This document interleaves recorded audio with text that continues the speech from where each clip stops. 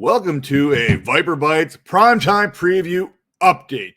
It is Friday morning. It is New Year's Eve day, I guess, whatever you want to call it. And Vikings quarterback Kirk Cousins had COVID symptoms, self-reported, and has tested positive, meaning he is out for Sunday night's contest against the Packers in what was to be a critical NFC wild card game for the Minnesota Vikings, with a lot of their playoff hopes hinging on this game. Now, look, Vikings backup quarterback Sean Mannion, he tested positive back on Sunday.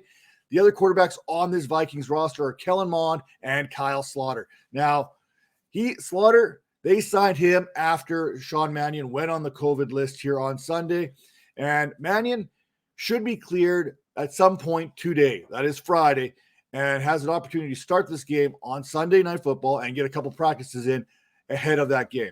But let's look at some of these options for the Vikings here.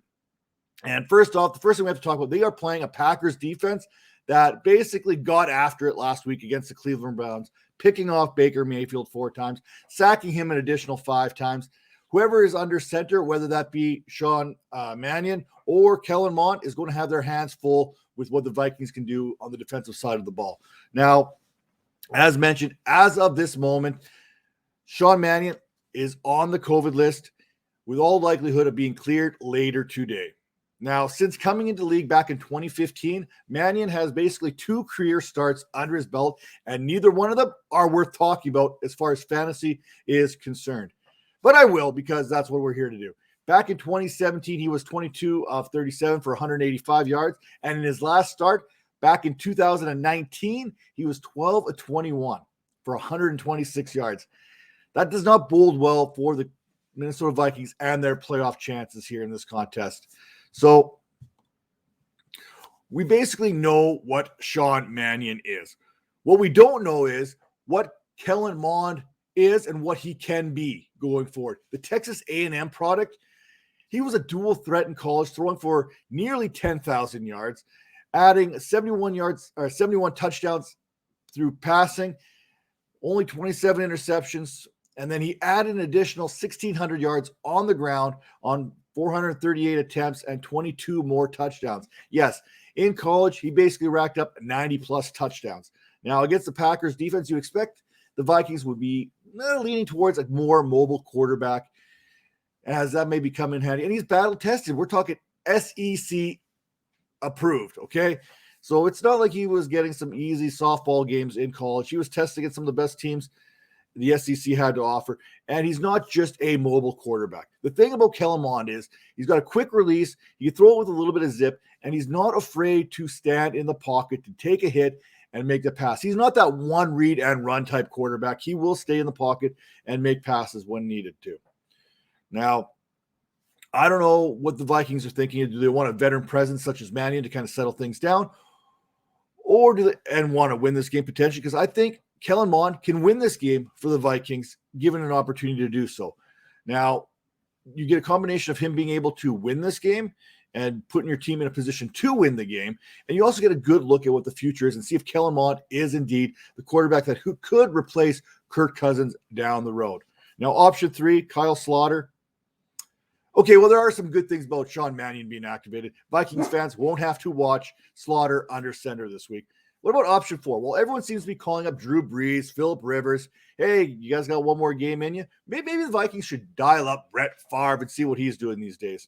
Okay, all kidding aside.